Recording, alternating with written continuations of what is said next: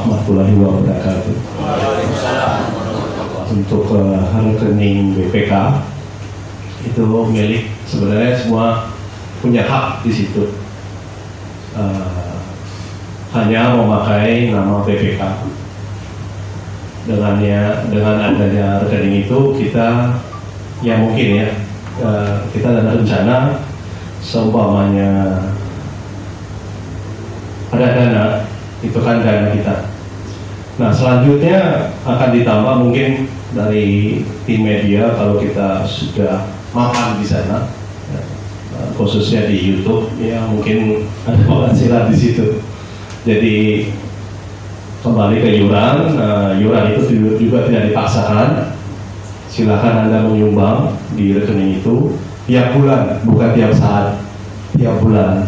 Jadi yang mampu silakan, yang nggak mampu jangan kecil hati, karena tetap aja kita semua jadi saudara. Jangan dipikirkan nilainya itu nanti. Yang penting kita masih tetap bersaudara di BPK, ya itu tepatnya. Jadi nanti secara aturannya nanti mungkin dari kita akan menghadap ke bank, mungkin khususnya di mungkin BRI, saya, bendahara, Pak Ketua Ismail, Pak Sekretaris Abu Soedar itu akan melaporkan dulu juga ke Ketua MPC bahwa kita akan membuat rekening atas nama BPK PP Jakarta Utara. Jadi kita itu punya rekening pun itu punya badan hukum, gitu. Jadi cuma itu. Jadi saya tandaskan bahwa apapun itu Anda tidak dipaksakan untuk memasukkan uang di situ. Jadi yang mampu silakan menyumbang seikhlasnya.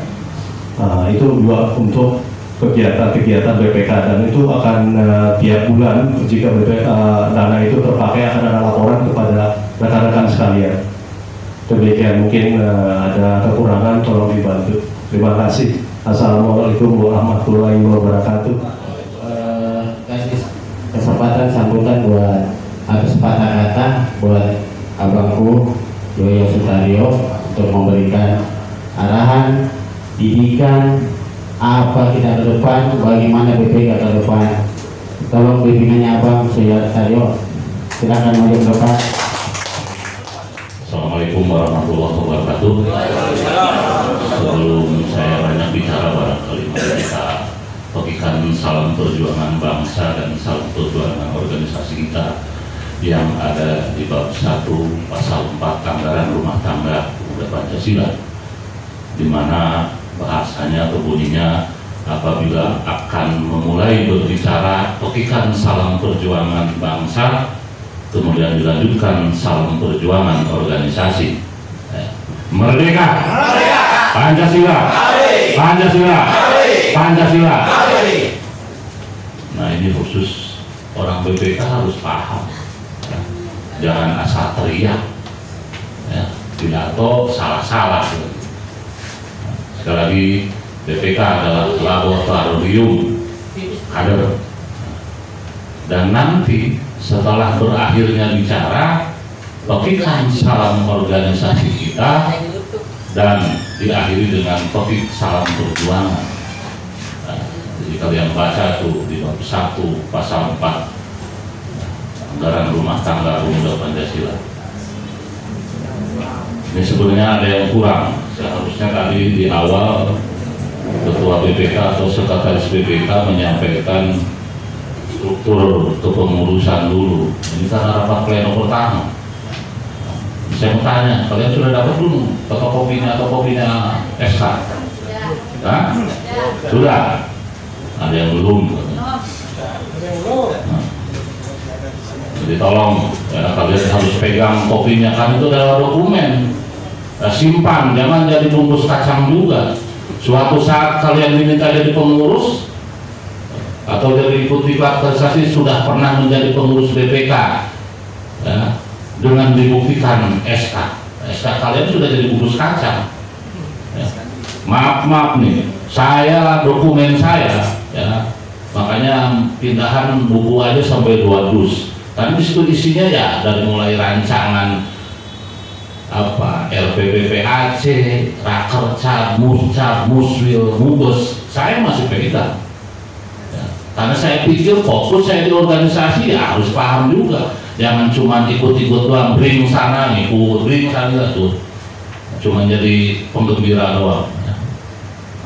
Itu pertama, SK kita harus punya, dan SK itu harus disimpan. Ya. Karena ke depan tidak asal saya pernah jadi, tetap saya pernah jadi kepengurusan ini, nanti di belakangnya bukti SK terlampir. Nah, saya pikir makanya saya bilang saya jadi pengurus pemuda Pancasila. Ya, kalau yang namanya dibagi SK-nya, kopinya saya simpan, tidak dibuang karena itu adalah dokumen pribadi. Nah, suatu saat dibutuhkan pasti. Dan betul, begitu saya diminta, ya. Sekali lagi saya cerita dulu, saya diminta, bukan saya atas rekomendasi orang lain. Menjadi pengurus MPN adalah saya diminta, ya. Bukan saya mengajukan atau diajukan orang lain. Ya. Alhamdulillah, ya, mungkin ya waktu, kalau kemampuan materi nol besar loh saya, tapi waktu dan pemikiran alhamdulillah saya bisa curahkan kepada organisasi. Nah, selain saya pengurus BPK pun saya bersyukur sekali diminta oleh Bang Gunung, ya, kalau bisa dikatakan profesornya organisasi di Pemuda Pancasila, ya. Dan di organisasi ini yang paling tua adalah Ketua Umum dan Bang Gunung. Bang Gunung sampai sekarang udah hampir nggak tahu, udah mau 70 tahun kali beliau masih dipakai. Ya, dan strategis adalah Ketua Bidang Organisasi dan Keanggotaan. Dan saya bersyukur saya diminta oleh beliau untuk membantu menyusun 11 PO 3 Juklak, ya, tanpa dibayar. Dan saya tidak berharap ada bayaran, tetapi ilmu yang saya dapat dari Bang Gunung, itulah yang saya beruntung. Ya, saya kemarin 1 minggu penuh, ya, menyusun, merombak PO yang tadinya PO musyawarah dan rapat-rapat itu Juklak, ternyata memang harus ada PO-nya. Dan ke depan ngeri sebenarnya PA dari mulai ranting, PAC, MPC, MPW, bahkan MPN, nah, itu harus benar-benar, kalau seandainya itu tidak dijalankan saya kira habis Pemuda Pancasila riwayat. Nah, jadi jangan sampai besar di luar, di dalamnya nggak ada orang. Nah, makanya itu yang harus dilakukan. Pertama, barangkali itu sedikit, ya, sejarahnya, bahwa saya bagi teman-teman yang mungkin baru melihat wajah saya asli kader Pemuda Pancasila dari Jakarta Utara. Ya, kenapa saya juga muncul di sini? Ya, saya ingin Jakarta Utara lebih baik daripada yang lain. Kenapa itu saya katakan? Ya jangan sampai di sana kan ada si Yoyo, ada si Edi. Kenapa kok Jakarta Utara kayak begitu? Nah, saya tidak ingin ada bahasa begitu. Mudah-mudahan dari Jakarta Utara nanti kepengurusan MP yang akan datang ada yang muncul pengganti saya, pengganti Bang Edi. Karena Jakarta Utara pernah menguasai MPW walaupun bukan ketua MPW. Nah, dengan adanya saya, ya, dengan adanya Bang Dasril, peran dari Jakarta Utara benar-benar diperhitungkan. Dan saya selama 2 periode di MPW, saya menjadi ketua bidang OKA. Nah, dan saya pernah mengalami peristiwa di musyawarah cabang Jakarta Timur. Pertama, barangkali peristiwanya saya penghuni Ragunan tertuju kepada saya semua, ya. Pokoknya monyet tapi ada di saya semua lah, ya. Itu musyawarah pertama Jakarta Timur. Kemudian musyawarah kedua, hampir-hampiran saya kena kursi dan kena tusukan pisau, ya. Tapi ya saya sudah biasa mengalami dia, nyantai-nyantai aja selama masih ada yang mau menolong, membantu. Itulah ketua MPW. Itulah, jadi sekilas bahwa saya adalah kader dari ranting Sukapura, makanya saya bilang yang ada orang anggota baru stok lama, ya, tapi sama-sama beliau saudara Sofian dulu sama-sama, ya. Masih ketemu lagi alhamdulillah. Rupanya dia sering lihat loreng, hatinya tergugah juga untuk tetap kembali. Makanya saya bilang, oh CLBK apa? Ya itu tetaplah namanya saudara. Siapa? Jepri juga sama, ya. Dia orang lama itu, sama dengan saya juga dulu di Sukapura di ranting, ya. Pengurus pengurus BPK harus paham, bukan hanya PO BPK saja loh. Ya, kalau pengurus 11 PO 3 jumlah itu harus paham pengurus BPK. Ya, termasuk anggaran dasar, anggaran rumah tangga. Itu intinya. Jangan kalian pengurus BPK, jangankan paham ngerti, baca itu dulu. Ya. Tidak harus hafal, kalau mau tidak hafal lah. Saya juga nggak hafal.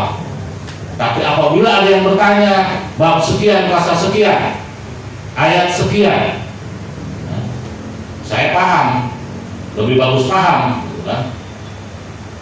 Saya ini alhamdulillah dari berbagai macam, terutama yang alumni Diklat Kaderisasi, apabila ada persoalan-persoalan ini pasti saya jadi tempat bertanya.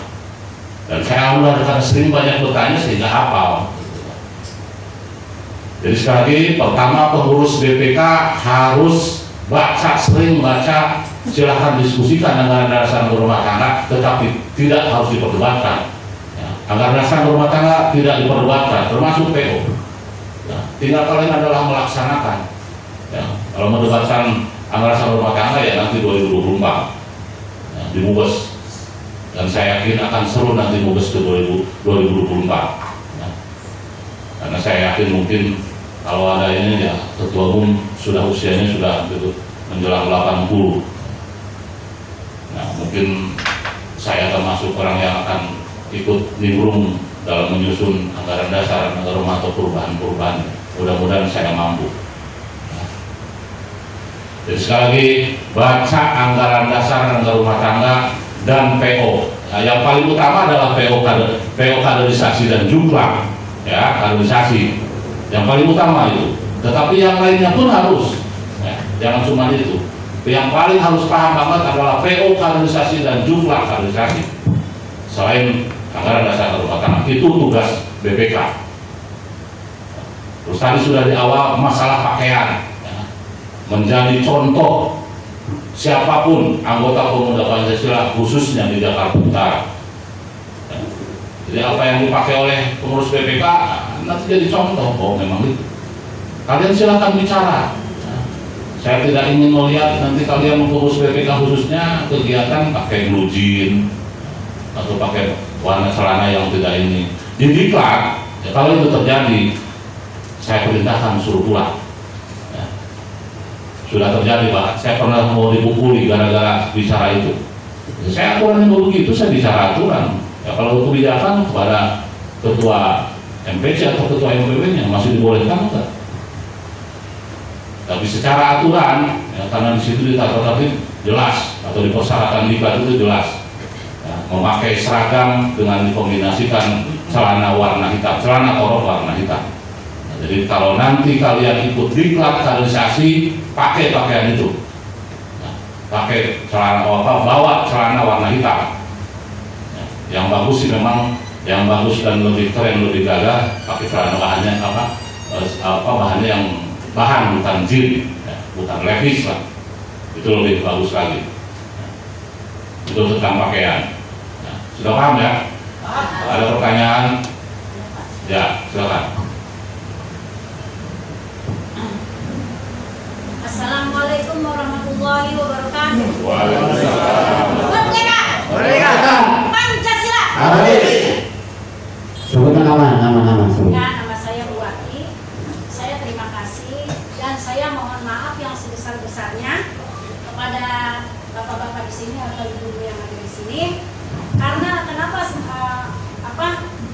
saya merasa salah dan saya itu pun tidak saya tadinya tidak jadi rapat, tapi tidak jadi rapat ya saya tidak di rumah, tidak duduk manis atau bincang-bincang di rumah karena saya seorang prias. Saya seorang prias pengantin Pak. Waktu saya dijemput saya nggak akan hadir di sini karena saya lagi jaga galeri batik Pak. Ya. Nah, jadi saya ditelepon, jadi udah buat ikut aja, saya nggak bawa baju seragam. Jadi saya dipinjamkan jaket ini seperti itu. Biasanya yang tahu saya mungkin yang kenal saya kalau ikut rapat apapun saya selalu patuh memakai rok hitam, nggak pernah pakai levis seperti ini atau celana hitam. Kemeja saya selalu mengikuti prosedur walaupun tidak dikasih tahu pun saya memang seperti itu. Tetapi berhubung ini mendadak, tadi saya tidak mengikuti, ya mau nggak mau saya tadinya nggak udah pakai pakai jaket saya aja dipinjam. Dan di sini sudah saya jelaskan yang tadi masalah baju ya Pak. Dan saya ingin mengetahui tadi Bapak Mahil mengatakan di sini rapat pleno yang pertama pengurus cabang badan pelaksana kaderisasi ya Pak ya. Jadi di badan pelaksana itu tadi Bapak Mahil mengatakan harus kita sebagai kader badan pelaksana kita harus mempunyai tadi pelatihan atau penyuluhan ya Pak? Ya Pak? Iya. Jadi itu penyuluhan atau pelatihan itu di masyarakat atau di mana Pak? Di masyarakat seperti itu. Dan saya tadi menjelaskan bahwa pelatihan itu contohnya seperti nafsa ya Pak? Narkoba. Ada yang lainnya enggak? Ada ya. Hukum ada. Ya, masalah hukum, masalah nafsa ya, termasuk narkoba, masalah P2TP2A juga bisa, masalah IPN juga bisa, masalah gizi buruk pun bisa ya Pak ya. Mungkin nggak harus narkoba aja kan, di situ kan banyak yang lainnya. Banyak yang lain. Ya. Dan saya di sini pun saya waktu itu pernah ikut tahun 2000 berapa saya sering ikut kegiatan di PPSB, Pusat Pelatihan Seni Budaya. Nah sekarang PPSB itu bergabung di seni kebudayaan di lantai 9, bergabung gitu Pak. Jadi di sini tidak ada pelatihan. Waktu itu saya selalu ikut pelatihan masalah di tari, di teater, di mana lagi membatik saya lagi berjalan nih Pak. Tadi saya juga diantar ke sini, saya lagi ada acara galeri batik. Pekerjaan bukan saya sepanjang-panjang saya nggak ikut harus duduk manis, tidak. Itu Pak ya. Nah saya cuma itu aja. Nah terus masalah penyuluhan tadi nafsa dan lain yang tadi sebutin beberapa yang saya sebutin tadi kayak HIV/AIDS, kayak P2TP2A, kayak gizi buruk, kayak dan lain sebagainya. Kan kita harus punya pendamping yang cermat Pak, harus punya pendamping yang lebih tahu dari kita seperti itu. Soalnya saya udah pernah penyuluhan HIV waktu itu, nafsa pun saya pernah. Waktu itu saya mau dioper ke Aceh waktu ada ADP Pak, Bapak tahu nggak itu Pak? Nggak iya Pak ya, saya dulu ikut ada ADP, maksudnya pengembangan wilayah di laut kan saya di posisi pantai di Marunda kan seperti itu. Saya pernah ikut IVR dulu di Bandung penyuluhan juga, dan saya studi banding di Surabaya di Doli waktu itu saya dioper ke sana. Itu saya pernah ikut penyuluhan seperti itu. Mungkin nggak dipakai lagi, mungkin nggak begitu hafal kalau nggak dipakai. Nah saya senang tadi Bapak Mahil ngomong seperti itu. Jadi mungkin saya kembali lagi buka-buka buku kayak gitu, kayak nafsa kan termasuk narkoba, psikotropika dan adjektif ya Pak ya. Mungkin yang saya tahu, cuman saya udah main pakai udah lama, berhubung saya seorang banyak kegiatan. Dan saya mohon maaf kalau ada kegiatan biasanya kalau di Pemuda Pancasila itu Sabtu dan Minggu. Sedangkan pekerjaan saya kalau rias pengantin adanya Sabtu dan Minggu. Nggak ada ketemu malam Jumat, paling Kamis itu perasaan saya nggak ada. Berhubungi dia adanya hari Jumat, mungkin nggak ada tuh yang pengantinan ini, ya gitu aja sih Pak. Sekian, wabillahi taufiq wal hidayah. Wassalamualaikum warahmatullahi wabarakatuh. Baik, terima kasih Bu. Barangkali saya tidak bicara salah siapa. Tidak ini. Saya bicara ke depan. Ke depan, tidak ada. Yang jelas orang BPK memakai pakaian sesuai dengan aturan. Tidak dilarang silahkan memakai pakaian yang variasi, entah itu kaos. Sebenarnya kalau baju seragam itu harusnya jangan divariasi. Itu sama aja tidak menghargai organisasi. Tapi kalau kaos silahkan saja mau macam-macam juga. Yang untung kan bukan Pemuda Pancasila sebenarnya. Pemuda Pancasila tidak pernah diuntungkan oleh variasi-variasi pakaian. Pedagang. Hal-hal yang tidak diperbolehkan di Pemuda Pancasila kalau pedagang diada-adain. Yang salah siapa? Yang pembeli lah menurut saya. Lah ngapain kalian beli? Itu kan setiap ada acara selalu aja ya ada yang datang yang jualan lah. Nah makanya ke depan orang BPK perlu berpikir bagaimana caranya supaya teman-teman memakai seragam itu yang betul, yang benar. BPK lah ya, menyediakan. Nah, itu salah satu program kalau menurut saya untuk ekonomi ya, penghasilan daripada BPK itu perlu. Nah, kalaupun mau bikin variasi kaos, bikin, kalian serahkan kepada mereka, belilah dari BPK PC Jakarta Utara, jangan beli online segala macam. Nah, Pemuda Pancasila adalah yang pokoknya sepengetahuan saya, Pemuda Pancasila tidak pernah diuntungkan, bahkan lebih banyak melanggar ya. Sampai ada yang warna lorengnya di macam-macam. Nah, padahal jelas kok sudah ada hak ciptanya. Pemuda Pancasila memegang hak cipta loreng yang sekarang kita pakai. Jadi kalau ada yang macam-macam itu tidak sesuai. Makanya MPN sudah kerjasama dengan Sritek.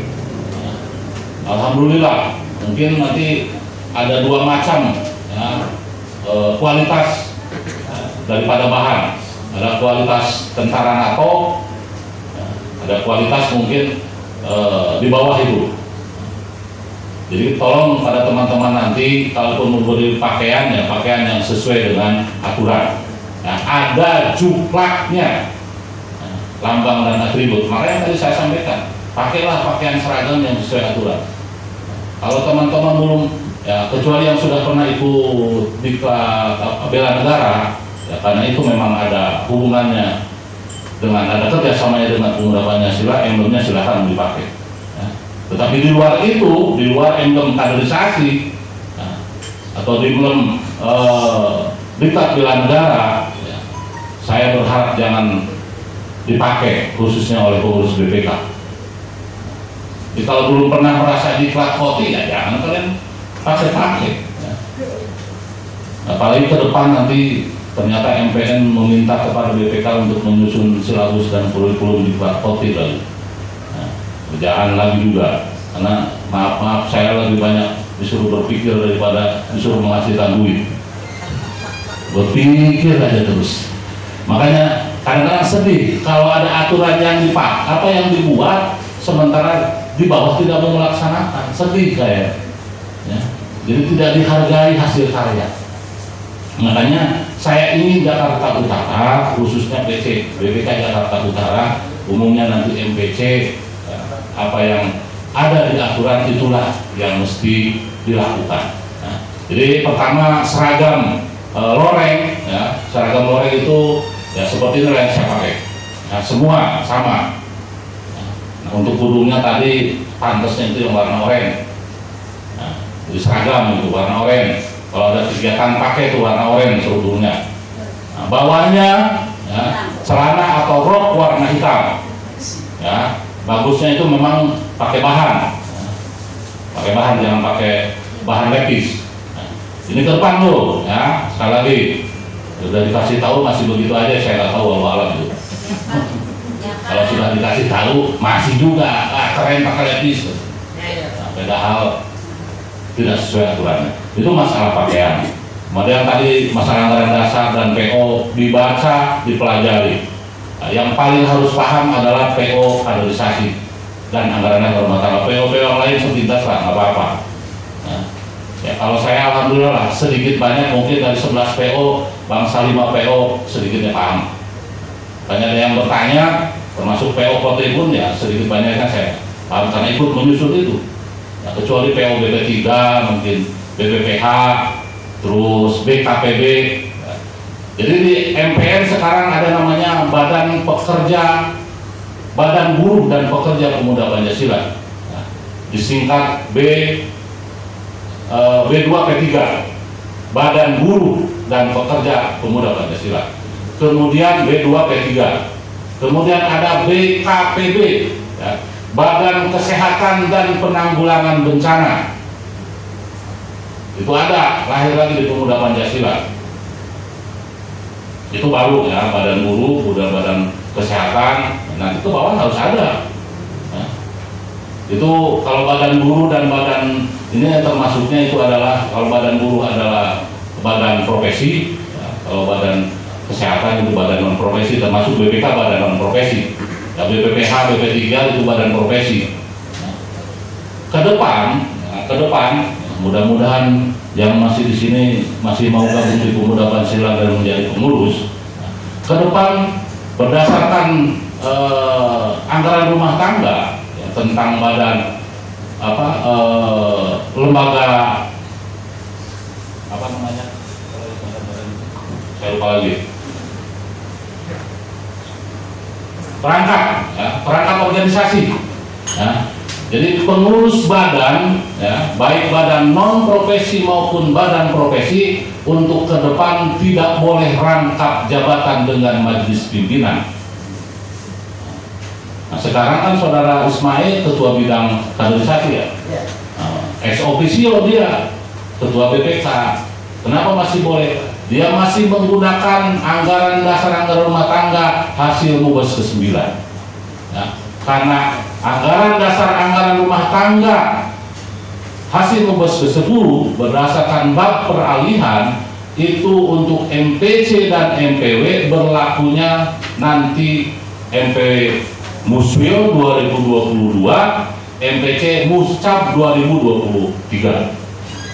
Nah, itu dipergunakannya atau berlakunya Mubes ADAT Mubes ke-10 itu berlaku untuk MPW Muswil 2022 ya, untuk MPC Muscap 2023. Kalau PAC bagaimana ya? Kalau PAC saya kira sudah berlaku ya, hanya perubahannya cuma satu, PAC itu ada tambahan wakil ketua 2 nah, yang Mubes ke-10, Mubes ke-9 hanya wakil ketuanya 1, tetapi di Mubes ke-9 ke-10 wakil ketua di PAC ada 2. Itu barangkali perubahannya.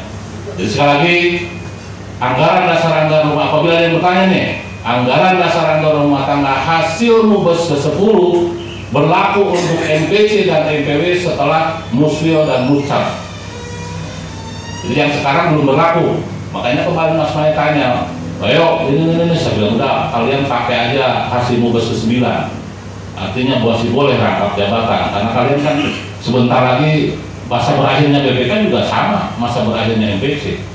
Jadi kalau sekarang kalian mau dapat SK ya sekarang 2021, nah, tinggal 2023 berakhir, nah, otomatis gitu. Nah, jadi tidak bisa setelah MPC mengucap dan ini berlanjut, nggak bisa. Nah, nanti yang selanjutnya tetap mengajukan lagi. Kemudian seragam sudah, apalagi? Nah ini bicara juga. Sikap sopan santun bicara. Nah orang BPK harus berbeda dengan yang lain. Nah, jangan bahasa sehari-hari, bahasa preman kalian pakai juga. Nah, harus jaga sikap bicara, tingkah laku. Nah, memang gampang-gampang susah di BPK. Nah, bagi yang biasanya urakan, nah, tidak disiplin, ya mungkin agak sulit. Tetapi lama-kelamaan yakin. Ya. Walaupun terpaksa tapi demi kebaikan ya, saya yakin bisa. Jadi ya, bicaranya pun jangan seenaknya lah ya. Apalagi bahasa pecat memecat, nggak ada itu, jangan. Karena yang berhak memecat jadi anggota pun bukan bukan PAC, MPC, MPW. Yang berhak memecat anggota adalah Mubes ya. Makanya kalau ada yang bilang gua pecat lu jadi anggota, enak kali. Kalau pecat jadi pengurus sih tidak ada masalah. Nah, kalau anggota jangan sekali-sekali bicara memecat anggota, bahasa memecat anggota. Nah, tidak ada itu, karena yang berhak memecat anggota adalah Mubes. Nah, ketua umum juga tidak berani memecat anggota kalau bukan di Mubes. Jadi kalau untuk pecat jadi pengurus mungkin sah-sah saja, tetapi tidak harus lah, karena tidak ada kewenangannya kita di BPK. Yang punya kewenangan adalah ketua anak ranting-ranting PAC, MPC, MPW. Nah, kalau untuk kepengurusan. Selanjutnya yaitu barangkali yang perlu saya kira saya sampaikan. Ya, mohon maaf barangkali terlalu banyak. Ada lagi yang dipertanyakan barangkali, silakan. Mumpung. Oh, ya barangkali saya kira bagus lah. Tapi saya berharap ya BPK ini fokus kepada kaderisasi dulu ya, karena itu memang wajib ya. Yang paling utama adalah diklat kaderisasi, selebihnya silakan ya bervariasi atau apa namanya berkolaborasi, tidak dilarang ya. Tetapi yang paling utama adalah bicarakan dulu tentang rencana diklat kaderisasi.